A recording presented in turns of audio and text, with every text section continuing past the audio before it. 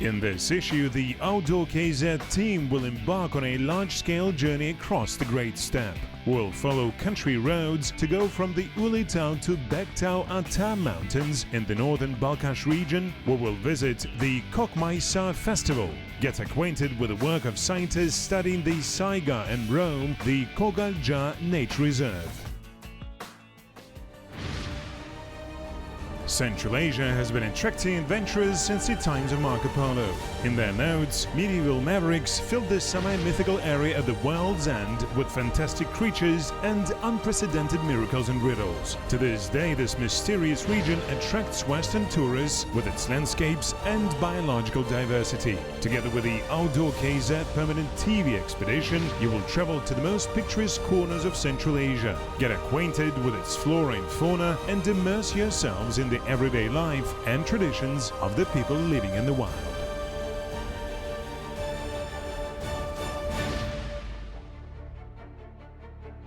In the European geographical science, the term Great Steppe appeared roughly in 1690 thanks to the Amsterdam topographer Nicolaas Witsen, who published the map of Siberia and Central Asia and named the region Tartaria. In those days, Central Asia was a real terra incognita for Europeans. Today, of course, they know much more about Kazakhstan, but their interest towards the Great Steppe has only grown. Nowadays, one can meet tourists and professional scientists from various countries of the world in the most remote corners of Saryaka. Amazing! It's been wonderful. We've gone hiking both days. We've done a lot of awesome cultural events. There's been singing, dancing, and there's a musical concert tonight. So I really feel like tourism is taking off across Kazakhstan. I feel like many foreigners, many people from Europe, many people from America are learning about Kazakhstan, and I think it's an amazing place to travel to. This time, the Outdoor KZ expedition will split into two groups. Daurian Rabtayev and Zhomant Kumakbayev, members of the organizing committee of the Nomad Explorer Traveler Community, and Orenbasa Shaimukambetov from the Kazakh Tourism National Company will head to the Ulytau by SUVs, while Maxim Levitin and Balzhan Baltasheva will go there by train together with the participants of the Kokmaisa Ethno Festival. Основная цель нашей команды – это популяризация идей охраны дикой природы. The main aim of our team is promoting conservation and ecotourism. But any tourism, including ecotourism, is only a part of a big cluster.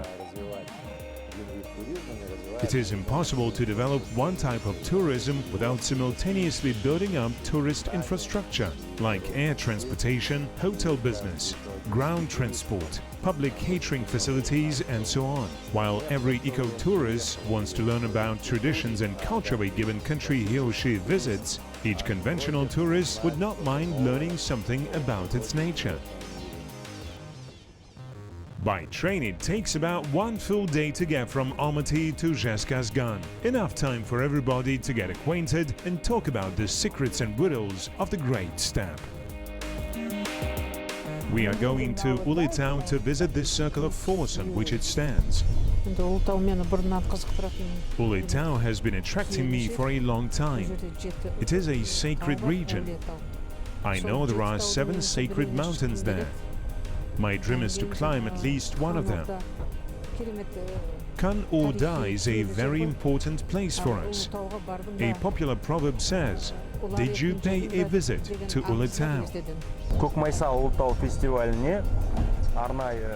I am going to the Kokmaisa Ulytau festival with a special mission. I plan to interview ethnographers. I want to make a report about the Saryaka land to tell people about it in a clear and understandable manner. I hope the festival is a success. For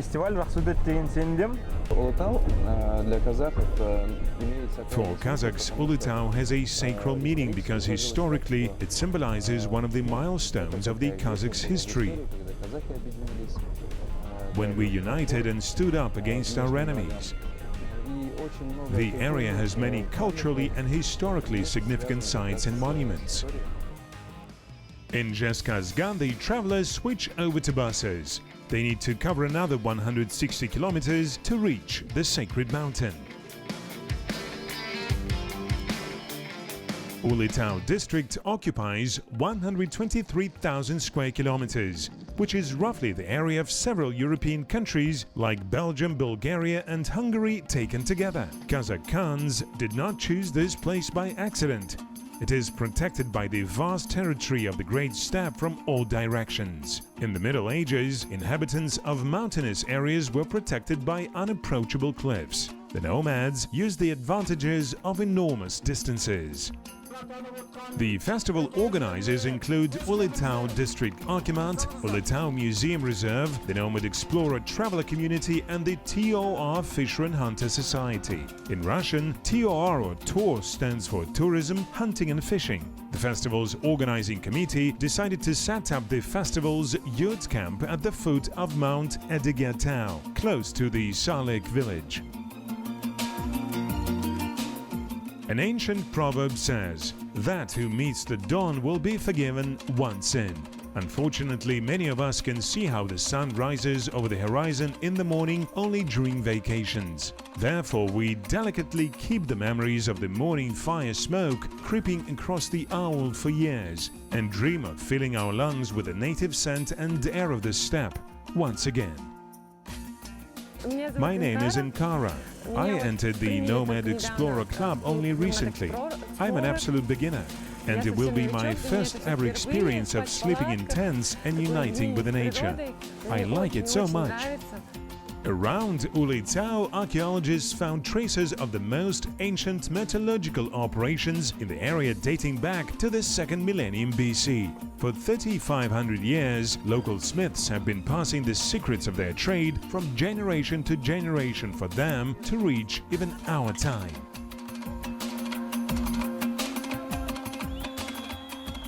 Many of us know the phrase Kazakh Kures, which literally means Kazakh wrestling. Few of us know that in 2016, UNESCO entered this sport in the list of intangible cultural heritage. Even fewer of us had a chance to see Katin Kures, the combat art of the Amazons from the mythical time when female warriors were involved in combat missions on par with men.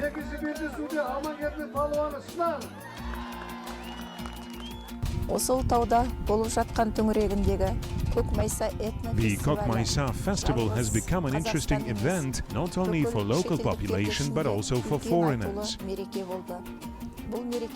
Our family hasn't stood aside. Along with local residents, we with great pleasure rendered different services to tourists. Ulytau is called a historical place, and people come here to pay tribute to the holy sites. And our task is to do everything possible to assist further development of tourism. Big thanks to all. Horse rider competition. The ancient game of Audiraspak is still popular in the Kazakh nomad areas. The goal of the game is to pull the rival off the horse and not fall down yourself at the same time. The skills mastered in the course of the game helped young men to become better warriors. It is known that after battles, soldiers of antiquity arranged grandiose feasts. Batirs competed not only in military but also in party skills. They say that today very few real masters are left, but in the olden days a real jigit could eat the whole sheep. Ethnotourism can become a good source of income for the region. For the festival, local residents set up hundreds of yurts and organized catering for the guests. It is also possible to rent horses and to buy homemade butter, kumis and different types of cheese. At present, the corresponding earnings are rather sporadic, but every year more and more tourists come to the area, and over time tourism may take the worthy place in local economy. Guys, we are going to the mountains tomorrow. Does anybody know where exactly? We will go up Edige and Aulie. It was a sacred place where sorcerers once lived. And who's going? Близко от райцентра находится Ulytau. Ulytau, the ancient hermit place, is located close to the district center. There are caves there where people once lived and prayed. It's very interesting. However, the wind on top is quite strong. The path to the top is laid with stones, which makes it convenient to go up. We shouldn't hurry climbing the mountain. Bektau is farther away. The legend says that two irreconcilable enemies are buried there, Toktamesh and Bektau.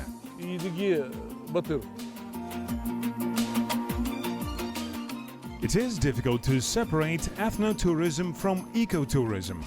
Those eager to see the grave of a ruler of the Golden Horde, Bektau, will have to put their mountaineering skills to test, as it is located at the very top. There are two plates there, for Emir Bektau and Toktamesh. When young, they were close friends and served together under Tamerlane's supervision. Yet one day their life paths diverged. Yesterday's colleagues became political opponents and confronted each other in a deadly war for authority in the Golden Horde. Bektau was never a Khan but ruled the Golden Horde for many years via protégés from among the Chingizids. One source says that Toktamesh died in a battle close to Ulytau, according to another somewhere in the Terek River. Still, the third one says that he was killed close to the modern-day Tumen. Bektau defeated Toktamesh, but in several years was killed by the son of the latter. Here's the top. A nice view for tens of kilometers around opens from here.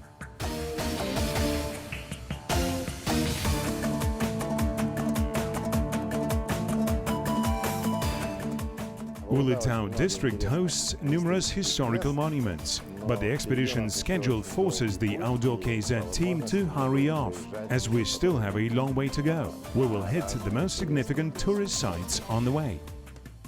50 kilometers northeast of Zheskazgan, a 13th century mausoleum is located. Allegedly, this is the burial place of Juchi, the eldest son of Chinggis Khan, who established the Juchi Ulus called the Golden Horde in Europe and in Russia. Presumably, Juchi died in 1227, trampled over by a wounded Kulan, or Asiatic wild ass, at the hunt. Interestingly, it was in the Ulytau foothills where nature researchers encountered the last wild Kulans at the end of the 19th century. In the spring, the Karakungir River overflows. So in order to get to its other side and the next route point, we need to demonstrate our off-road driving skills. Now that we have forced the river, we have only a couple of tens of kilometers to reach Allah Shah Khan's mausoleum. Another culture monument of the 10th, 11th centuries is located 2 kilometers southwest of the village of Malshibai, on the right bank of the Karakungir River. The mausoleum is built of burnt brick. Its walls are reinforced with pillars, its dome rests on the 16-faced drum surrounded by a circular gallery. According to the legend, this is the burial place of the famous Allah Shah Khan, the Batyr revered by many Turkic peoples that united nomadic Turkic nations and established the first state in the lands of Dashti Kipchak.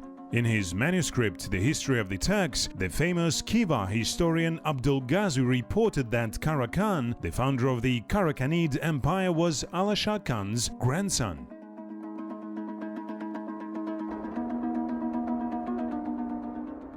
Dombaul Mausoleum is one of the most ancient buildings in Kazakhstan. It dates back to the 7th, 9th centuries AD. As the legend has it, a Batyr named Dombaul was one of the Allah Shah Khan's confidants. The Great Eurasian Steppe stretches for 6,000 kilometers from the coast of the Danube down to Manchuria, which makes it the largest plain in the world. And Saryaka is called the heart of the Great Steppe. Scientists call it the Central Kazakhstan Hammocks. In the west, it is limited by Turgai Hollow, in the east by Irtysh Valley, in the north by West Siberian lowlands, and in the southwest by the Aral Sea. Leaving the village of Bashin of Nura district behind, the expedition strikes into the steppe. Along the road, curious yellow zoom-on gophers often look out of their holes. They look quite active and enjoying it. It's no surprise, as they have slept for 9 long months. Steppe groundhogs, or baibugs, are much larger than gophers. Demoiselle cranes inhabit many countries of the world and everywhere are listed in national red lists. All of us have seen the crane arrowhead crossing the sky in the early spring. During migrations, cranes gather in large flocks, but they nest by couples. As a rule, cranes are very trustful, and both photographers and, unfortunately, poachers can creep really close up to them, which is probably the reason for including them in the Red Book. Our next camping site is on the bank of the Kulan-Haute-Perse river. It translates as Kulans will not pass. In the Middle Ages, this area witnessed large-scale Kulan battues. A horse chain was stretched for several dozens of kilometers, pushing the herd towards the river. A keen eye will notice many paleontological animal finds in the clay cliff. It appears that our biologist Arun Basar Shaimukambetov did find something interesting, but the find will have to be carefully examined in the lab in the city. Dauren decides to try his fishing luck. The Kulan-Haute-Perse is famous for its great pike fishing, but apparently today it's not his lucky day. The expedition heads towards Lake Kogaljin. In the summer the steppe burns out and becomes greyish-brown in color, but so far it is still blooming and bright. It's the best time for coming here. In the Middle Ages, the green pastures of Sariaka played the same role in the steppe geopolitics as the hydrocarbons do today in the world. Exactly for these lush meadows they waged wars, mighty empires confronted each other and shedded blood rivers. Nowadays, the places of ancient battles have overgrown with steppe herbs. Today, those who undividedly love their native steppe need to protect it not from external enemies, but from the harmful aftermath of economic operations. We must leave the great steppe to our grandchildren as rich and plentiful as we received it from the previous generations. Unfortunately, climate change, desertification, pasture degradation and biodiversity reduction are still very much relevant issues in the beginning of the 21st century.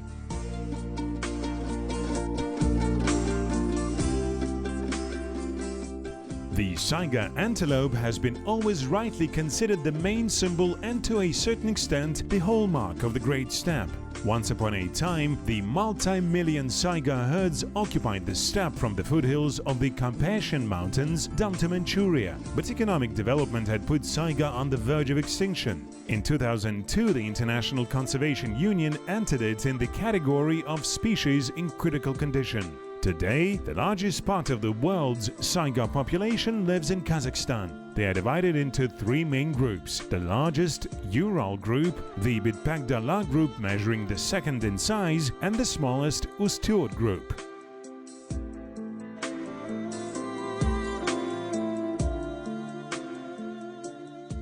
Saiga research in Kazakhstan is done by the Kazakhstan Biodiversity Conservation Association. Since 2007, the scientists have been taking part in the annual aerial Saiga counts held within the framework of Altyn Dala State Nature Protection Initiative at the request of the Okotoprom Special Authorized Organization. The counts are usually done in late April, prior to lambing. To plan nature conservation measures, it is necessary to study population dynamics of specific Saiga groups, monitor changes in their herds' social structure and density, as well as trace migration routes. Since 2009, Kazakhstan scientists have been engaged in Saiga satellite tagging. In addition, they developed a unique technique for catching animals. In the course of several years, our wildlife biologists installed 164 transmitters to collect weekly information, which is then used by the Forestry and Hunting Committee for mapping Saiga migration routes and populations. The Saiga biological history of the 20th century was closely linked to the political history of the area. During the Civil War, Saiga was almost completely destroyed by the starving population. In the second half of the 20th century, though, the number of Saiga in Kazakhstan grew up to 1.5 million animals, but the subsequent systemic agricultural crisis in the 90s of the last century took its toll of our country's Saiga population. Как известно, численность сайги резко сократилась. As we know, the number of Saiga in Kazakhstan sharply dropped in the early 2000s down to mere 21,000 animals. As a result of target response and conservation measures, their population has significantly increased. We were really happy to learn that in 2015, Saiga population in Kazakhstan increased up to 300,000. Mostly within the Bektau group. Unfortunately, as it was in Herbert Wells's War of the Worlds when one small microbe killed the whole army, the Pastorella pathogen, as the scientists identified it, killed almost 200,000 of those Saiga. In 2012-2014, the Ministry of Education and Science allocated 332 million tenge to investigate infectious diseases circulating in Saiga.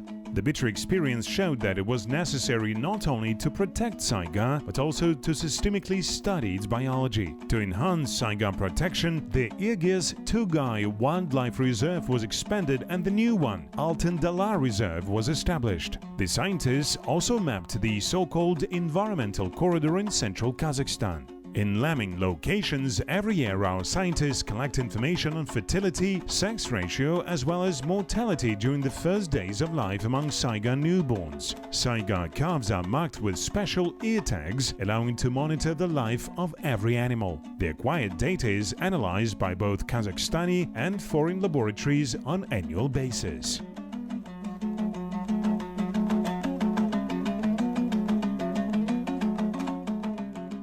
Wolf hunting in several regions of central and northern Kazakhstan was limited by the decision of the Forestry and Wildlife Committee due to the reduction of predator populations in steppe areas. My personal opinion is that we forgot about wolves' sanitary role. It's a long-known fact that wolves kill only weak and sick animals. Wolf hunting has become quite popular recently. Wolf hunters go in groups, not to our reserve of course, but to the wild steppes. There are so many videos in the internet. They simply shoot them from snowmobiles and pose with killed animals. I personally don't consider this hunting. Earlier, for example, a wolf hunter who was called Megan had to know wolves' habits and be able to outwit the animal. Such people were respected not for the number of killed animals, but for their skills. Modern hunters unfortunately think that they are true hunters shooting defenseless animals from helicopters or snowmobiles. There is absolutely no pride in it.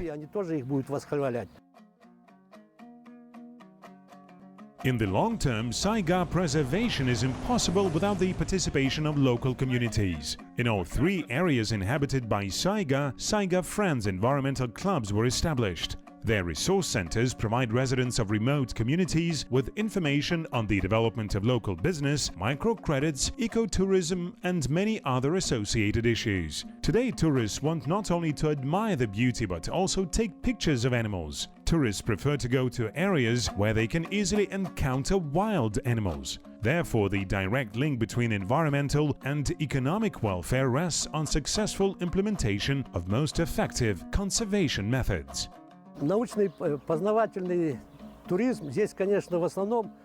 Scientific and educational tourism.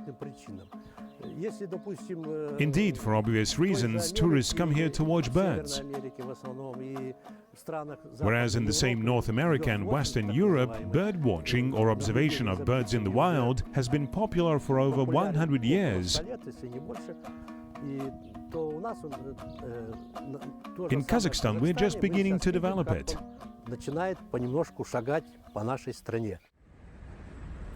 The Kogalgyn Nature Reserve is included in the UNESCO World Heritage List. In 1976, the wetlands of Tengiz-Kogalja Lake system were included in the list of wetlands of international significance. In 2000, Lake Tengiz entered the Live Lakes International Network, comprised of the most unique lakes around the world. The reserve occupies more than 500,000 hectares, including not only lakes but also steppe locations used by Saiga for lambing. Shrinks while tulip densely covers the vast steppe, and we should seize this opportunity to enjoy its beauty as its vegetation period is short. Shrinks tulip is listed in the Red Book of Kazakhstan, so don't pick these flowers or otherwise you will be subject to a considerable fine. Marat Bagramov, senior manager of Kazakh Tourism JSC, acquaints the Outdoor KZ team with the eco-tracks in the jungle of Tengiz-Kogalja Lake system. Of course, everybody wants to see flamingo, but during this time of the year it's really hard to approach the coast. The steppe is flooded. One unwise move and the vehicle will get stuck in saline dirt for a long time. Dauren has overcome several obstacles, but it's better to go on foot further. During the nesting period, flamingos hide away in the most deserted corners of the lake system. Getting there is not that easy, and in any case, we should better not disturb the birds during this important time. Several pink birds are feeding in the middle of the lake. It's too far to enjoy their beauty, but we will scare them this way. There are cases when, due to importunate tourist attention, waterfowl would leave their red clutches. Annually, tens of thousands of flamingos fly to Kogalja, but at present their number has somewhat decreased. The hypothesis is that this is happening due to military conflicts on their traditional migration routes. The expedition says goodbye to Orkan and Marat and continues on its way. The Great Steppe keeps the memory of not only good moments in its history. Thousands of political prisoners found their death in the 30s and 40s of the last century in steppe camps. The Akmola camp of the wives of traitors of the homeland, abbreviated in Russian as Algiers, was famous for its special cruelty. In 1938, about 8,000 women were kept here, out of which 4,500 were imprisoned as family members of the traitors of the homeland.